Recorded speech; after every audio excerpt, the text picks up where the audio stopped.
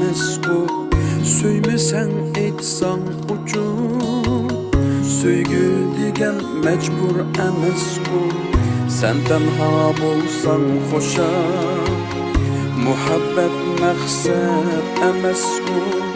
Bu cinim bolsa kerek. Ömür degen hiç gap emes-ku.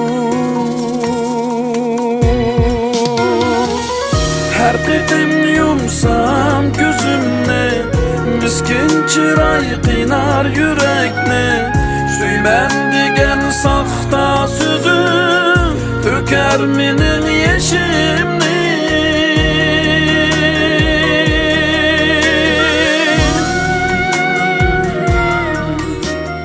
Sen onda diyen bile adaş, aktan balısını hep yaptı, lekin o man balını çoğunlar bakıdı degen.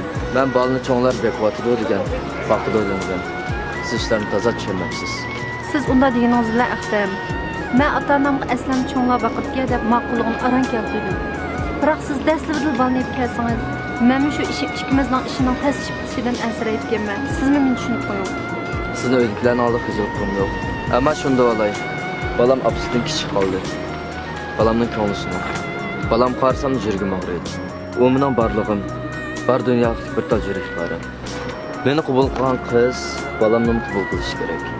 Balam niyatkorga har qanday birisi bilan bir yerga kelishi qat'iy mumkin emas. Kechiring.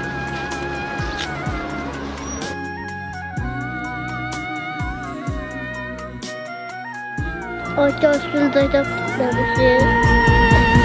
Ketsak bu jiratlarga, unutalmadım yar seni. Çeksem bu cebru caba, unutalmasam hiç gap emes-ku. Sana deymen ayrıldık bugün, unutalmadım bilmedim. Takdir kıldı bizni juda, tenha kaldım bu cahanda. Her qitim yumsam gözümni, miskin chiroy qinar yurakni. Söymem degen saxta sözü, töker mening yeshim.